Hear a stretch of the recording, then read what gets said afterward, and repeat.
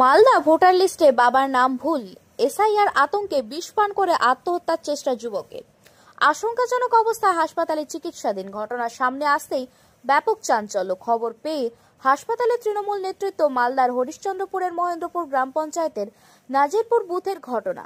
ওই এলাকার বাসিন্দা রাজেশ আলী এদিন বিষ খেয়ে আত্মহত্যা করার চেষ্টা করেন। পরিবারের লোক আশঙ্কাজনক অবস্থায় তাকে চাঁচল সুপার স্পেশালিটি হাসপাতালে নিয়ে আসে। এই মুহূর্তে হাসপাতালে চিকিৎসাধীন রাজেশ। পরিবারের লোকের অভিযোগ 2002 সালে ভোটার তালিকায় রাজেশের বাবার নাম ছিল, কিন্তু বর্তমান তালিকায় তার বাবার নাম ভুল এসেছে, যার কারণে আতঙ্কে ভুগছিল সে। সেই আতঙ্ক থেকে আত্মহত্যার চেষ্টা। নির্বাচন কমিশনকে তোপ লেগেছে পরিবার। বাইট তৃণমূল জেলা সহসভাপতি প্রসূন ব্যানার্জি, বিজেপি বিধায়ক চিন্ময় দেব বর্মন। তার কারণটা হলো যে আধার কার্ড ভোটার কার্ডে রাজেশ আলী আছে, আর এখন বর্তমানে যে ভোটার লিস্ট নতুন বেরিয়েছে 2025 সালের, এটাই নাম আছে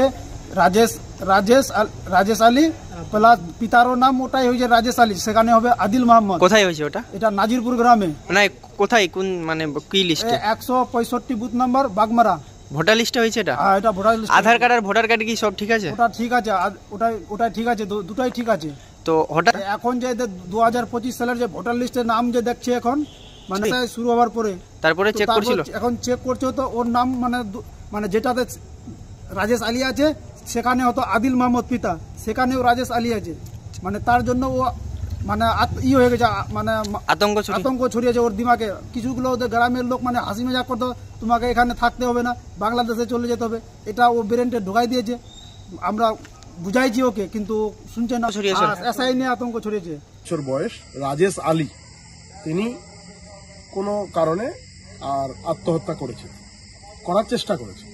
সেক্ষেত্রে মাননীয় রাজ্যের প্রতিমন্ত্রী, স্থানীয় বিধায়ক আর সেখানে পৌঁছেছেন, কিন্তু সেখানে পৌঁছানোর পর ওনার যা বক্তব্য আমি শুনেছি মাননীয় তাজমল হোসেন সাহেব, তাতে আমি হতবাক।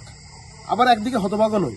যে সমস্ত শ্রোতা বা দর্শক আমার কথা শুনবেন তাদের কাছে আমি ক্ষমা প্রার্থী, কারণ একজন রাজ্যের মন্ত্রী বা প্রতিমন্ত্রী তিনি এখনো পর্যন্ত ক্লিয়ার নন যে ভারতবর্ষের সরকার বা বিজেপি এবং নির্বাচন কমিশন এই দুটো বিষয়কে তিনি নিজেই গুলিয়ে ফেলছেন, এবং কোনটা রাজ্য মানে নির্বাচন কমিশন আর কোনটা ভারতীয় জনতা পার্টি বা ভারতবর্ষের সরকার সেটা উনি না জেনে আর এসআইআর আতঙ্কে নিজে ভুগছেন, সেটা তার প্রমাণ। কারণ তার যে ভোট ব্যাংক, সেই ভোট ব্যাংক এবার আগামী 26-এর নির্বাচনে হয়তো কোথাও না কোথাও নষ্ট হতে চলেছে, ধ্বংস হতে চলেছে। সেই আতঙ্কেই তিনি পশ্চিমবঙ্গের যত রকমের আত্মহত্যার ঘটনা ঘটছে সবটিকেই এই শাসক দল তৃণমূল মমতা ব্যানার্জির নেতৃত্বে সেটাকে এসআইআর আতঙ্কে আত্মহত্যা করার চেষ্টা করছে বলে তারা প্রমাণিত করার চেষ্টা করছে। তার অন্যথা হয়নি। ব্যুরো রিপোর্ট, সঠিক বার্তা।